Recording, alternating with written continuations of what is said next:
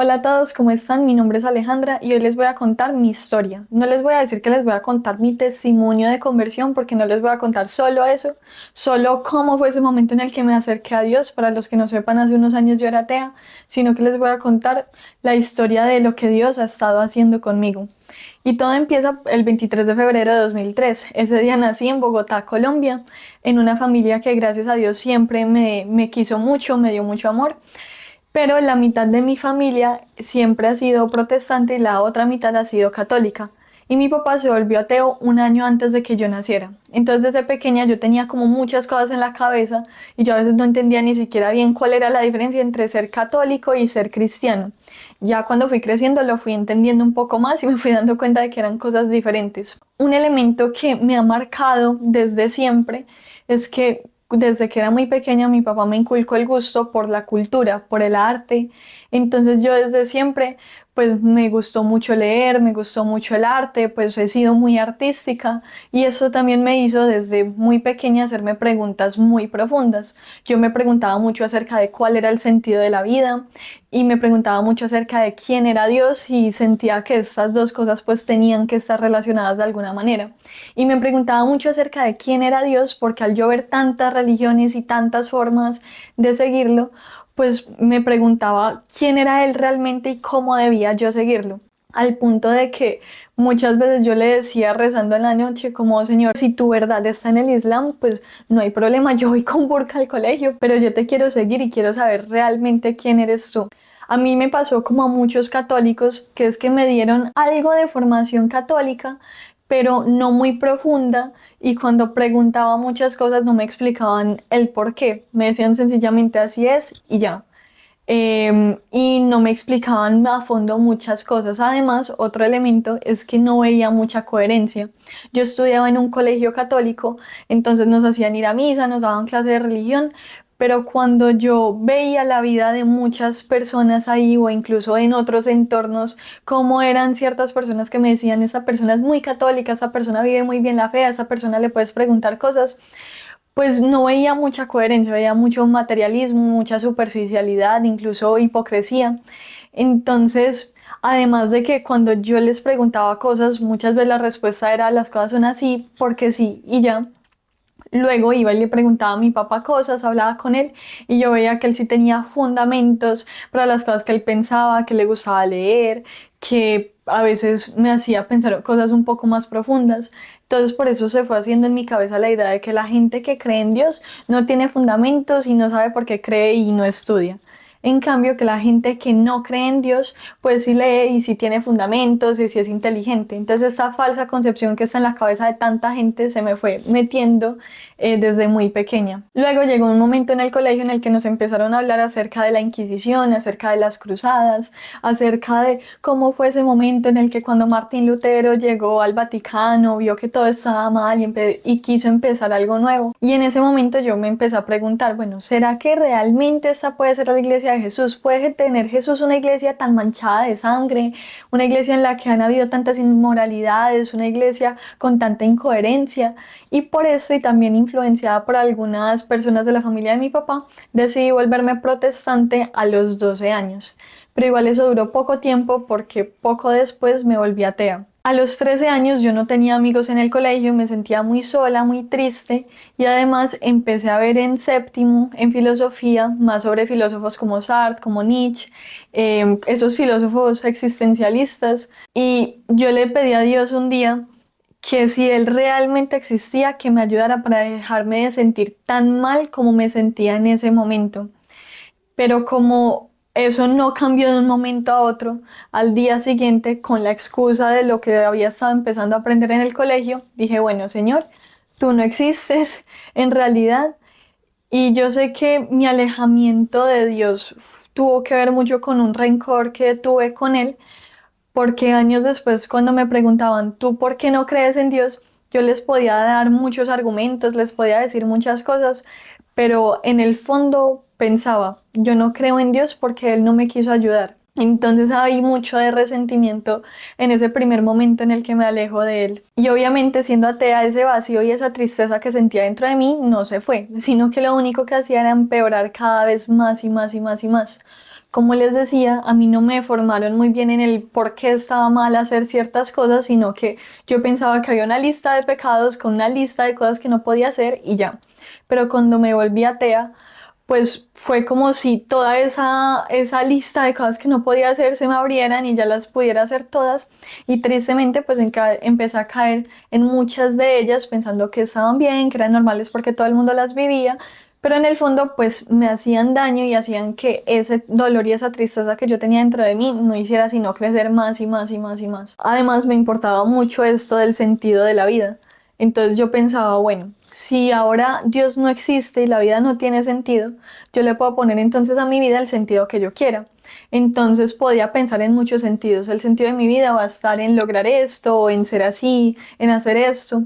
Pero cuando me daba cuenta de que o yo no era capaz de lograr esos objetivos que me ponía, o de que esos objetivos no me llenaban, pues venían a mí muy fuertemente otra vez la tristeza y el vacío, al punto de que un momento que me di cuenta de que nada nunca me iba a llenar, pensé, entonces ahora lo que voy a hacer con mi vida va a ser tener experiencias fuertes, va a ser vivir momentos fuertes que me hagan olvidar, así sea por un momento, este vacío que siento en mi interior. Entre estas experiencias fuertes estaba que me emborrachaba cada 8 días, aunque mi mamá no me dejara. El límite para mí era que mi mamá no se diera cuenta, pero mientras ella no se diera cuenta yo podía hacer lo que fuera. Entonces emborracharme cada 8 días, tener novios. Tristemente desde que me alejé de Dios empecé a vivir desde ese momento ya una sexualidad desordenada hasta que me volví a acercar a Dios. También estaban las salidas con amigos, las fiestas, cosas que yo buscaba que solamente pudieran tapar por un segundo ese vacío que yo sentía, pero siempre el otro día me daba cuenta de que ese vacío había crecido más y me sentía mucho peor. No les conté esta parte, pero más o menos a los 12 años me fui a vivir a Medellín y aunque yo amo mi ciudad, yo amo realmente Medellín, hay que reconocer que la cultura es bastante de apariencias, bastante materialista, es muy importante el físico y sobre todo en el colegio en el que yo estaba.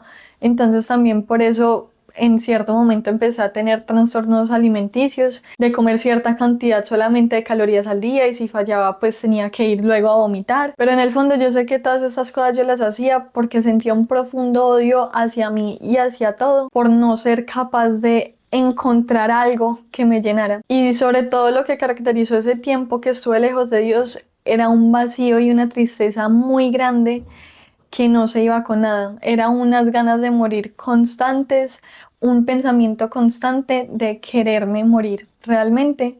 Y en muchos momentos recuerdo haber pensado, bueno, ¿y por qué no ahora? Y no sé por qué, gracias a Dios, nunca lo intenté, pero era eso, esa tristeza y ese vacío que crecían, que intentaba tapar con el pecado, pero el pecado no hacía sino empeorarlo. Y fácilmente caí también en muchas ideologías, durante mucho tiempo creí que era bisexual, también estuve a favor del aborto. Y en cuanto al ateísmo, aparte de todas esas cosas que yo sentía, yo buscaba realmente tener argumentos para que cuando alguien me preguntara yo por qué no creo en Dios, poderle responder. Y muchas veces cuando yo veía que un compañero o algún amigo estaba dudando acerca de si Dios existía o no, yo iba y le daba todos los argumentos y lo intentaba convencer de que Dios no existía. Y tristemente sí sé que llegué a convencer a algunas personas o influir en ellas por lo menos. Pero todo empezó a cambiar a finales de 2019 cuando mi mamá empezó a ir donde un sacerdote en Medellín, al donde van personas que tienen problemas espirituales, tipo que necesitan que les hagan una liberación o que les han hecho brujería o cosas así. Y a veces mi mamá me llevaba y yo veía que esas personas podían entrar en liberación o que pensaban cosas raras y yo pensaba, bueno, eso debe ser pura sugestión, esa gente debe estar loca, se lo están inventando o directamente a veces pensaba, bueno, seguramente les pagan porque eso es muy raro. Pero hubo varios meses en los que empecé a ver cosas tan raras que empecé a pensar, bueno, no, aquí sí debe haber algo más, yo no sé qué es, que sea el cristianismo, no sé, que sea la iglesia católica, eso sí no lo creo porque yo nunca volvería a ser católica porque la iglesia es demasiado mala. Pero igual no pensaba que pudiera ser el cristianismo, sino algo más de energías o cosas así.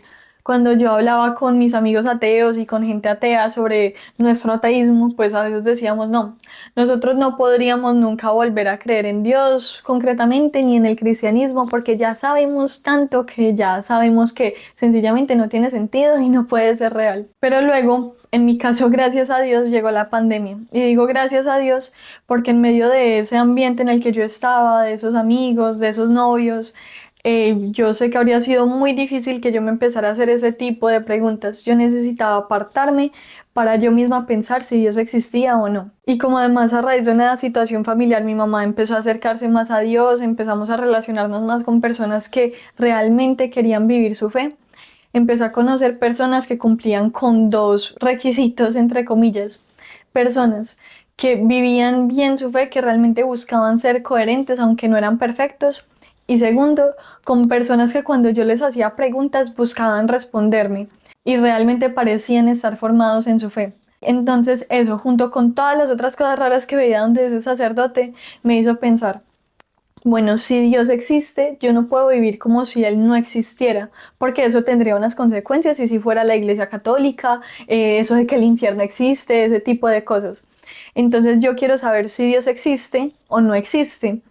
Y para hacerlo, pues me voy a poner a investigar, a estudiar. Hay muchas personas que le tienen mucho miedo a hablar sobre el infierno, pero en mi caso particular, lo primero que me despertó la inquietud de realmente investigar si Dios existe o no, fue el miedo a condenarme, el miedo a que todo eso fuera real y de que entonces por cómo yo estaba viviendo me pudiera condenar.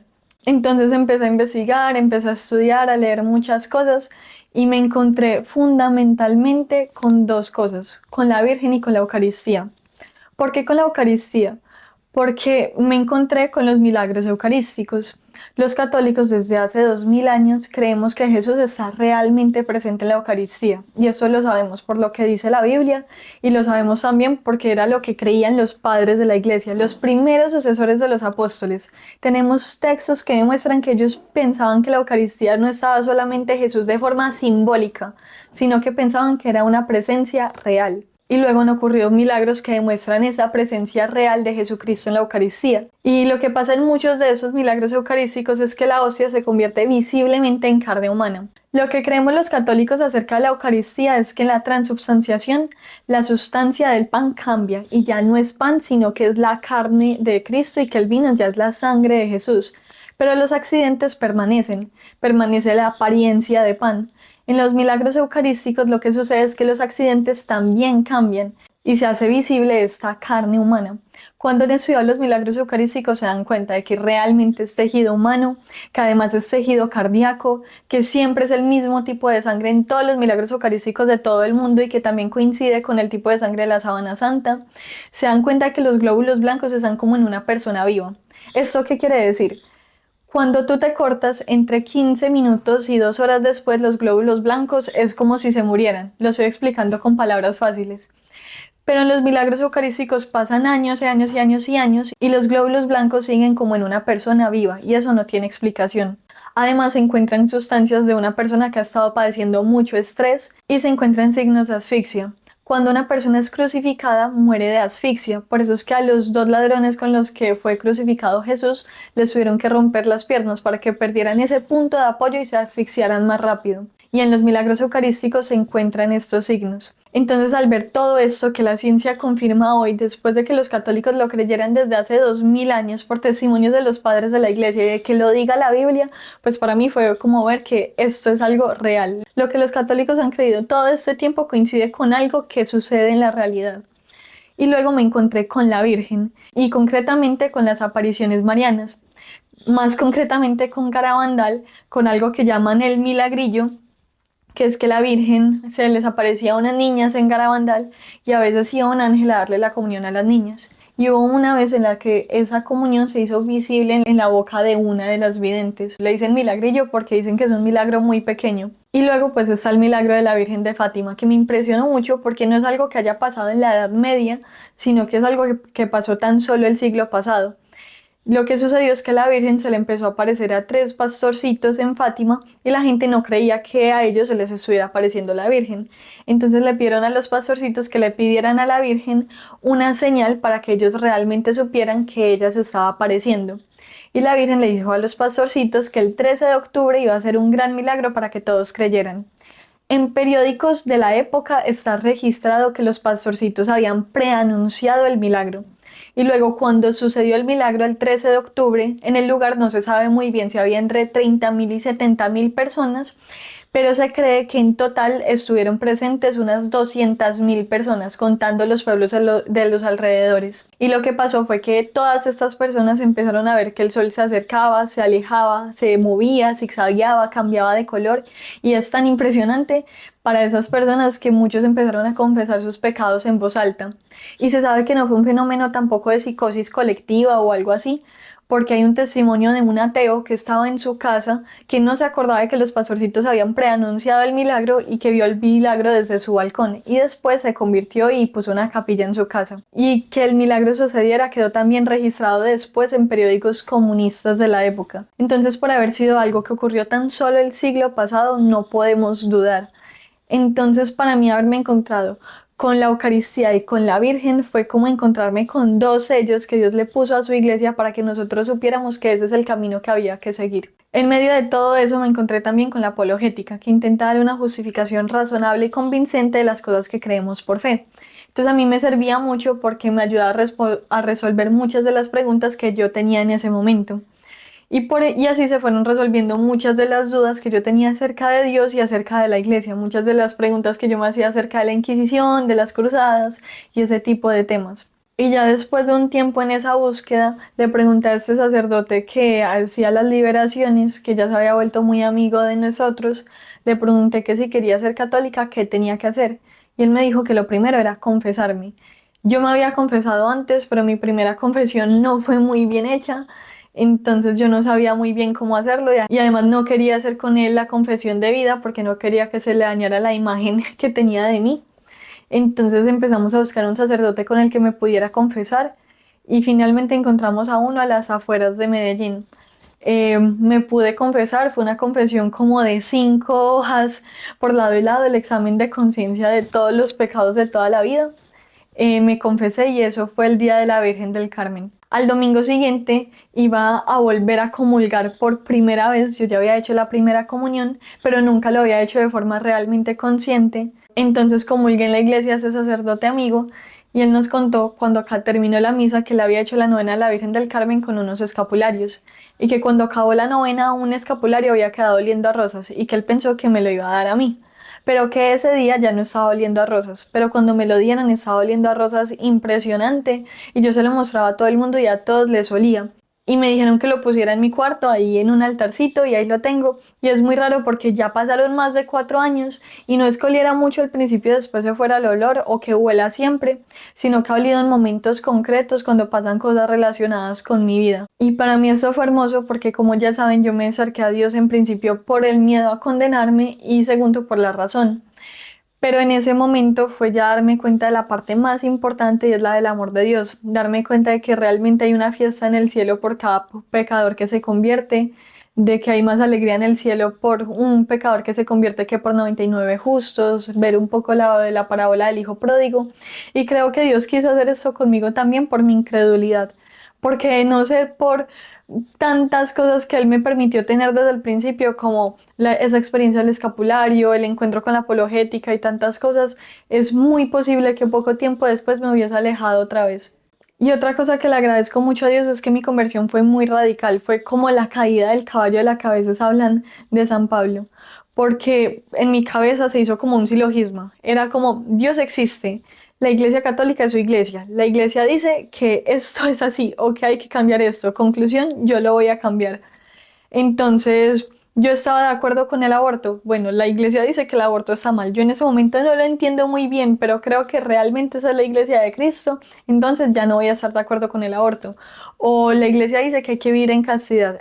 Entonces yo voy a vivir en castidad. Entonces, aunque hubiesen muchas cosas que en ese momento yo no entendiera, Dios me concedió la gracia de cortar con ellas radicalmente y con el tiempo de ir entendiendo por qué las cosas son así e ir interiorizando las razones. Y esa falta de sentido que yo tenía, ese vacío tan grande que yo sentía continuamente, pues con la llegada de Dios a mi vida cambió. Ahora no, las cosas que yo hacía no estaban vacías, mi vida no estaba vacía. Todo empezó a cobrar un sentido profundo, porque es que la cuestión del sentido de la vida no es algo que deba enfocarse solamente en un aspecto de tu vida, sino que lo debe envolver todo. Y para mí fue así, fue Dios existe, entonces toda mi vida debe estar enfocada a Él. Y a partir de ese momento pues empezó un proceso también de irlo conociendo más, de irme acercando más a Él. Un punto importante es resaltar que conocer a Dios, que convertirse al catolicismo no es convertirse a una ideología o empezar a vivir de una cierta manera y ya, sino que es conocer a una persona concreta que es Jesucristo. Entonces así ha sido el proceso. Y ya esta fue la primera parte en la que les conté un poco acerca de mi conversión y ahora empieza lo que ha sido de mi vida después de la conversión. Y es que en ese proceso de conocerlo más, una vez con mi grupo de oración en Medellín hicimos una misión a una ciudad cerca de Bogotá que se llama Fusagasugá. Y en esa misión, al ver cómo muchas personas estaban tan necesitadas de Dios sin saberlo, pues tuve una experiencia muy fuerte que cambió mi vida. Lo que pasó es que teníamos que esperar al sacerdote que nos estaba acompañando en la misión como 2 horas, no recuerdo muy bien por qué, y yo entré a la capilla del Santísimo e inmediatamente me puse a llorar. Entonces tuve que salir, me intenté calmar, volví a entrar y me volví a poner a llorar y ya no era capaz de calmarme, entonces tuve que salir y hacerme en un lugar donde nadie me viera. Y yo lloraba y lloraba y lloraba y no era capaz de calmarme.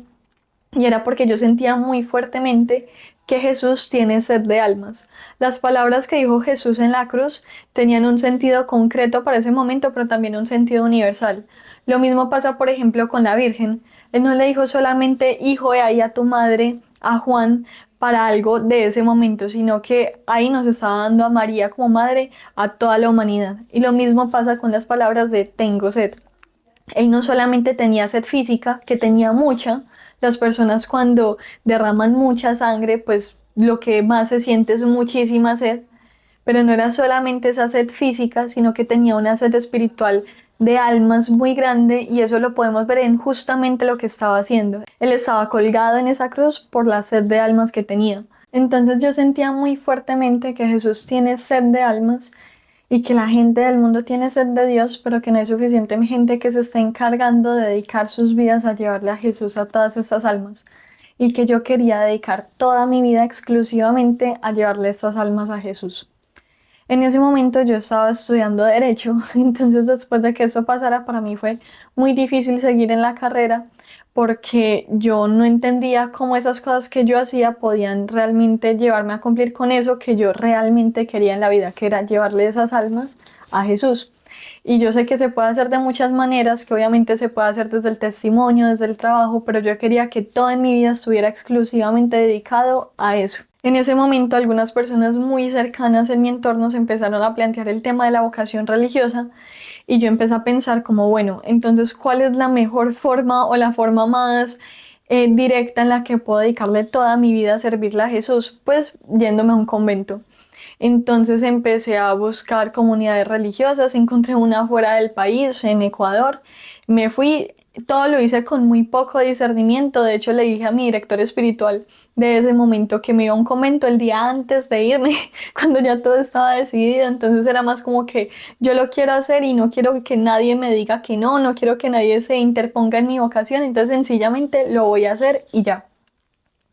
Pero por haber hecho las cosas obviamente tan rápido, con tan poco discernimiento, llegué y vi que tal vez esa no era la forma concreta en la que Dios me pedía a mí que lo siguiera.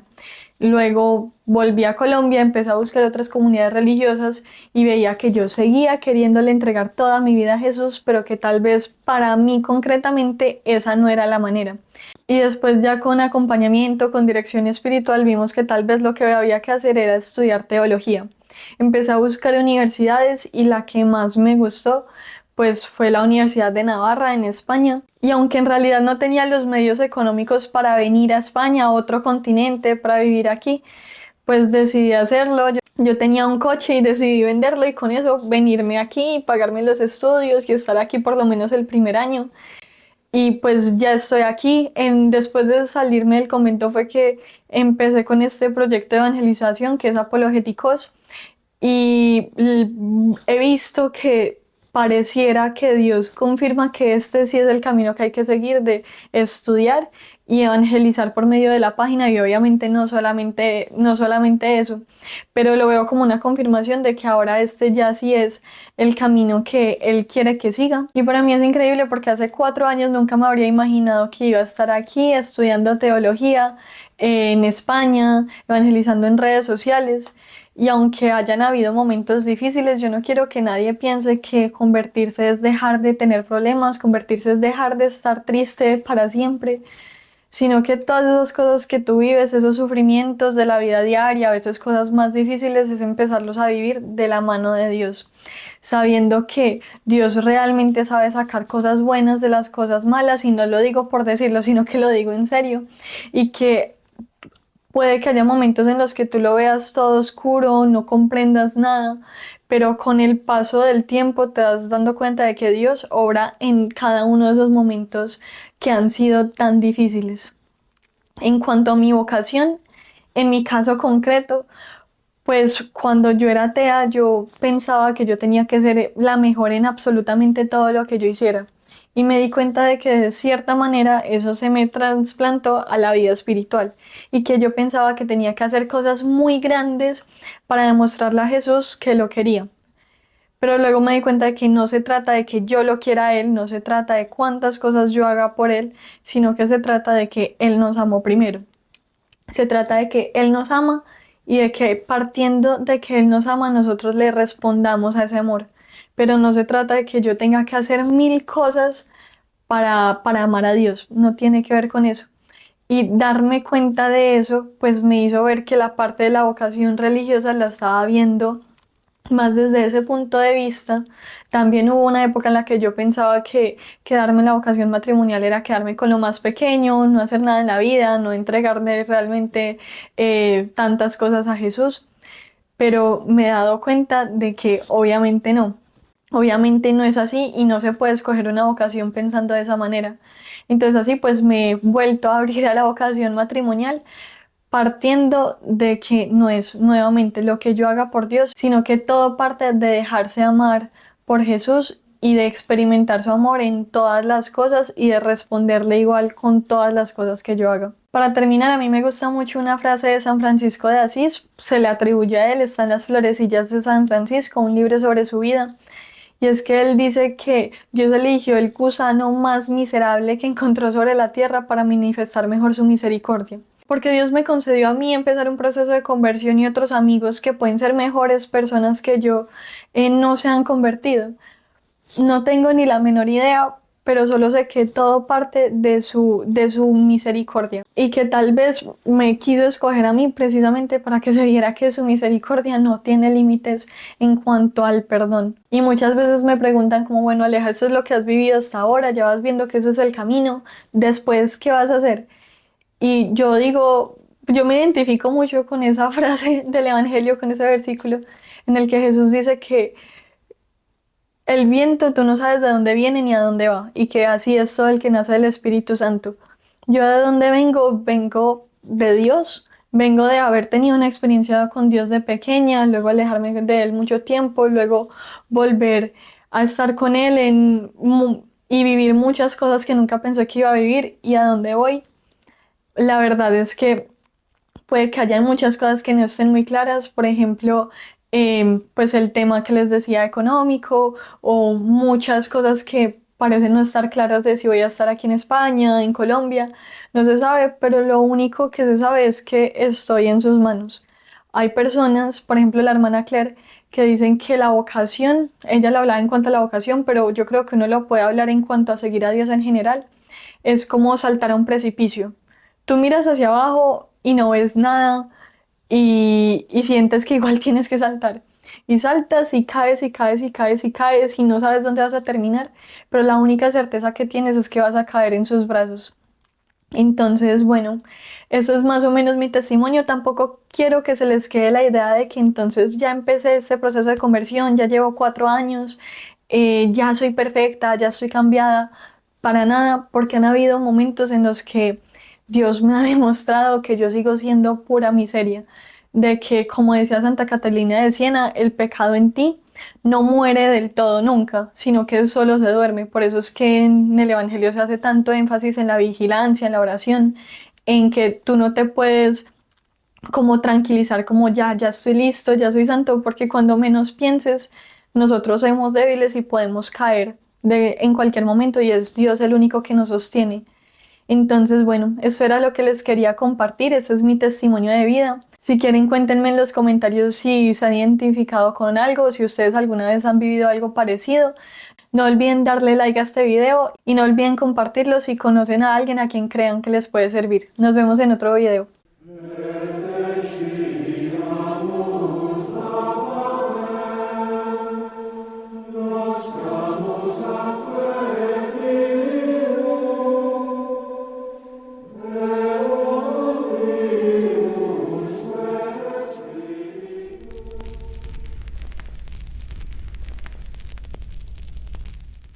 Si te gusta mi trabajo, te invito a apoyarme a través de Patreon para poder continuar con este proyecto de evangelización y con mis estudios en teología. Gracias por tu apoyo y que Dios te bendiga.